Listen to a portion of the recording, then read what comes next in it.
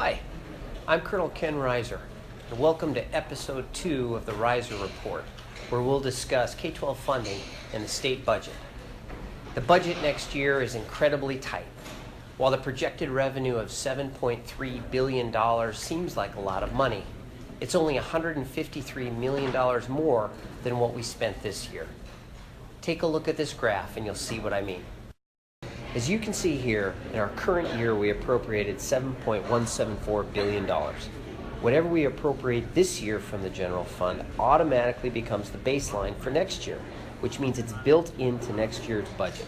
Since $7.327 billion is $153 million more than last year's appropriation, that's how much we have available in new available money.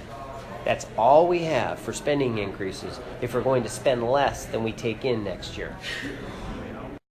That $153 million may sound like a lot of money, but when you look at what we have in program new expenses, you see it's really not. This graph shows you the program new expenses for next year.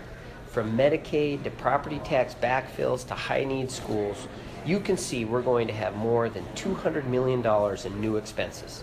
With only $153 million in new revenue, that's a problem. What's even more of a problem is that $200 million in new expenses doesn't even include K-12 funding, Regents universities, community colleges, and countless other things. When you add those all in, you can see we've got a significant budget problem. So how are House Republicans going to ensure that we fully fund K-12 education? Well, we've proposed to spend $143 million on K-12, which is 93% of that available $153 million. The only way we can fund at that level is to make significant cuts in other elements of the budget. Yesterday, House Republicans released these budget targets. The $143 million increase for K-12 funding is in the standings budget, which you see is the only one to increase.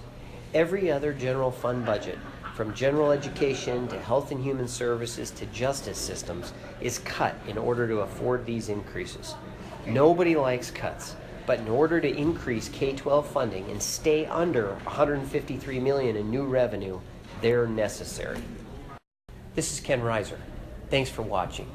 Tune in next episode to hear why blowing the ending balance is not the way to solve our budget problems.